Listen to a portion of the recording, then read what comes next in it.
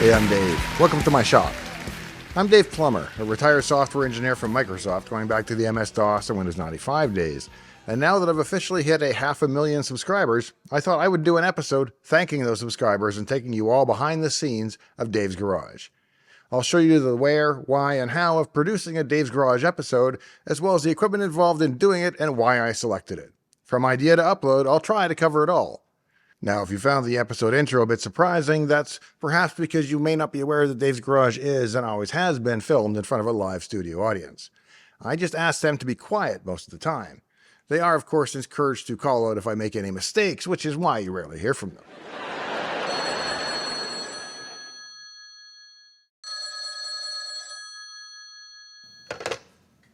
Hello, Dave's Garage. Yes. Yes. Who's calling, please? Sabina Hossenfelder. Well, what can I do for you? Stop stealing your bit. You called me. That's what I thought. I thought that with today being the celebration of the 500,000th subscriber, I'd take some time to thank all of you who have subscribed over the last few years. I had originally guessed this channel would plateau at maybe 100k subs or so at best, and so the growth to 500,000 is surprising, welcome, and entirely the result of your steady viewership. And the fact that you're willing to humor me by subscribing, even though I don't think it has actually any impact on the videos you see, is also very welcome. In fact, here's a mesmerizer from nightdriverled.com, and it contains a handmade subscriber counter. I spend a lot of my day sitting here waiting for it to tick over, and so let's take a look at it, and if you're not already subscribed, we can watch it tick over together. Are you ready? Okay, go. Now you realize this episode isn't live, right? Just checking. The channel really started in earnest at the end of 2020 with my original Secret History of Task Manager video, based in part on a Reddit post that I'd made, so it's been almost 3 years. I owe a debt of extra thanks to those of you who were there from the beginning, people like Glenn Hodges, who was likely among the very first dozen subscribers. He's been a great help to the channel, reviewing videos, making suggestions, and helping with live streams, and so on. And so to everybody else who signed on in those first few thousand that are still with me, a hearty thanks. As you may know by now, a few years back I was diagnosed with autism. All of a sudden, a lot about myself and my life made a lot more sense, but even so, I wasn't entirely thrilled with being saddled with that diagnosis. I felt like being autistic was going to be constraining, and that if I wasn't honest and careful, I could label things that I didn't want to do or just found hard to do as simply being incompatible with my autism. And to combat that, I decided to start doing things that I wasn't good at and that would make me feel uncomfortable. My theory is that you're growing when you're uncomfortable, and that the most growth occurs in uncharted waters, so to that end, I hosted an open house shop party here in Dave's Garage for about 100 people, something that was way outside my comfort zone. I wrote a book about my experiences with autism and how to best manage life on the spectrum called Secrets of the Autistic Millionaire. It's been in the top 10 of the autism category on Amazon for more than a year, and so it's done well enough, and with the feedback I get from parents especially, it makes it all worthwhile. Check out the free sample chapter at the link in the video description. I also decided to start this YouTube channel, which is how we got here. I've left all the very early episodes visible because, even though they're painfully bad, it serves to show how far I've come, and that's at least somewhat encouraging. Hi, I'm Dave. Welcome to my shop. And with that, I'd like to take you on a little tour of how and where and with what I produce an actual episode of Dave's Garage. As you may or may not have guessed, every episode is scripted because I think a lot better at the keyboard than I do staring into a camera with the record light on. I do most of my writing in the big sofa dent in my media room, where I have a single Thunderbolt 4 cable that I plug into my MacBook Pro. It's in turn connected to a Thunderbolt dock that injects 100 watts of power, 10 gigabit LAN, a portable backup drive, and a small RAID NAS. Everything is hidden away except the cable itself, and it helps transform the laptop into a fairly connected workstation. Thanks to the 10 gigabit Ethernet and the M1 Max chip, I can even edit videos from the comfort of my sofa when needed. The hardest part, though, is coming up with good ideas on a regularly scheduled basis of about one a week. I keep a master list of ideas as I have them, but they come in bursts, it seems. And sometimes I'll have 3 ideas that seem exciting, but 2 weeks later I'm not as excited about the third because it's not new anymore. Quite often, viewers have suggested topics, something I'm really grateful for. So if you have an idea, by all means, sound off in the comments of the newest video, which is where I can usually be found lurking. Most channels, at least by the time they reach this size, are a much larger operation with a camera operator and script writers and a video editor and assistants. I still work entirely alone, at least when it comes to producing the videos. It slows down the production, but I do enjoy most of the process, so I'm not in a hurry to turn the editing or other processes over to anyone else. Still, I do think about it from time to time, so if you're an eager young Final Cut editor and you have enough spare time outside of your sorority and cheerleading activities, drop me a note. That said, I'm highly reliant on volunteers like Rutger and Tudor who manage and contribute to the source code on GitHub for the various show projects. Some of them, like the Primes project and Night Driver, have grown far beyond my wildest initial expectations, and it's really rewarding to create a passion project of your own and then have other people actually appreciate it and use it. Every morning, I wake up, I head to my email inbox, and I delete at least a couple dozen sponsorship offers. While I'm willing to partner with top vendors for stuff I'm really interested in or that I think would make great episodes or be interesting to the audience, I have no interest in oozing sincerity for the highest bidder in the VPN or personal shaving space, for example. So 99% or more of my videos are not sponsored, which means one was once ever, I think. And I don't have a Patreon account, mostly because I really am in this mostly for the subs and likes. At the end of each year, I've customarily donated any and all channel profits to the University of Washington Autism Center, which provides services and counseling for families impacted by autism. And that has amounted to tens of thousands of dollars each year in donations, all stemming from folks like you watching this simple little channel. So give yourself a pat on the back.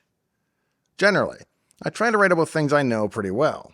I'd say if there's a secret sauce to my best episodes, it's that I'm able to take a complicated concept that I fully understand and then extend a mental grappling ladder down to folks who are just starting to explore that topic.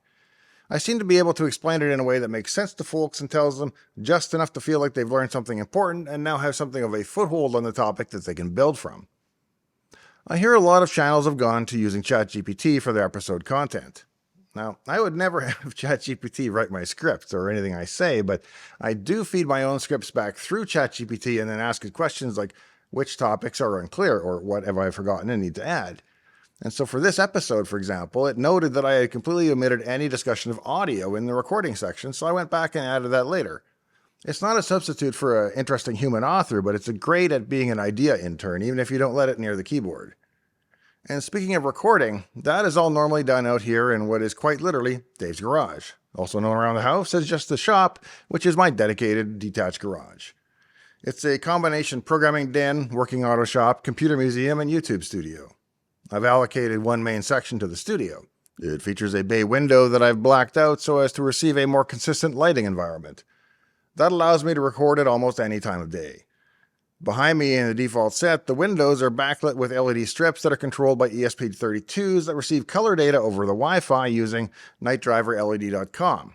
In fact, Night Driver controls most everything LED-based in the shop, with the exception of the nanoleaf panels, which I purchased because even though they're stupid expensive, they're still really cool. Everything else is controlled by a Docker container running inside a Linux VM on our big 45-drive Storinator. The Storinator lives in the compressor closet because I built it to contain the sound of a 5-horsepower air compressor. That way, the sound is greatly reduced and I can still record here in the shop. The Storinator features 30 14-terabyte drives for a total storage of 420 terabytes, which allows me to retain most of my episodes in their original form. There are also 2 cache SSDs, a log SSD, and 3 metadata SSDs. It sports 384 gigabytes of RAM and serves as our virtualization server as well, and it's got plenty of space for future growth. If there's anything I do need a lot more of, though, it's workbench space for projects. I'm currently in the middle of repairing a 5950 Ryzen desktop that wouldn't boot, restoring a pair of pretty nasty Super Pets that I acquired, and I've got the Altair and the Kim 1 in the queue as well, and also an MSI that hasn't even arrived yet, and I'm already out of room. I have a dual 8-inch floppy setup on hand, and I won't rest until I have the Kim 1, the Altair, and the MSI all booting from their original discs. The shop features various LED lighting projects and neon signs, 2 of the things I love. Across from the studio can be found my little computer museum, which contains a rotating display of PET 2001s in amber, green, and white, a TRS-80, an Altair, an Apple II, a PCXT, a PS2 Model 95, a C64, a C128D, and an Amiga 2500 HD. As I think I've mentioned, I did find a mint MSI recently and hope to add that soon, so until then I'll have to be content with my replica. Once I've written the episode, it's time to record it.